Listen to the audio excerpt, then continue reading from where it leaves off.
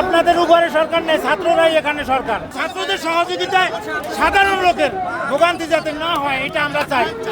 এত কষ্ট 4-5 ঘন্টা করে দাঁড়াই আছি, এটা যাতে না দাঁড়াইতে হয় আপনাদের কাছে আমরা সহযোগিতা চাচ্ছি। ঠিক আছে, তারা বলতে যাচ্ছি সরকারকে চাপ প্রয়োগ করার না সরকার শোনেন, আপনাদের উপরে সরকার নেই, ছাত্ররাই এখানে সরকার। ছাত্ররাই সবকিছু কিছু চালতেছে। এখন আপনারা বলেন আমরা 4-5 ঘন্টা কষ্ট করতেছি, আমরা চাই না আপনারা আমাদের এই সুরাহা করে দেন, আপনাদের রাস্তাটা ক্লিয়ার করে দেন আমাদের। আমি আপনার দিয়ে চাই নাই, এগুলো এই যে চেয়ারগুলো রাখলাম, ঠিক আছে, আপনি ছাড়বেন না। হ্যাঁ, বড় আন্দোলন লড়াই গেছেন, তাই না?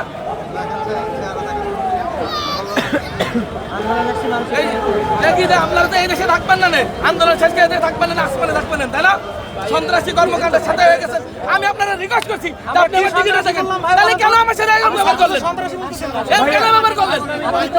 একজন কি প্রতিদিন থাকে না? আমি কি টিকিট দেখাতে চাইনি, ভাই হাত ধরেন না ভাই, টিকিট দেখাতে চাইনি। বিষয়টা একটু বুঝতে চেষ্টা করেন। একজনের জন্য আপনার আন্দোলন নেব, আমি তো আমার বলছি টিকিট কাটা, টিকিট দেখাচ্ছি, একজনের সময় দেবো। আপনি আপনি আমার সাথে কেন কথা বলবেন না? কেন আপনার সাথে কেন কথা বলবেন না? যদি আমার ছেলে এখানে থাকতো, দাদা আমি একটা কথা বলি,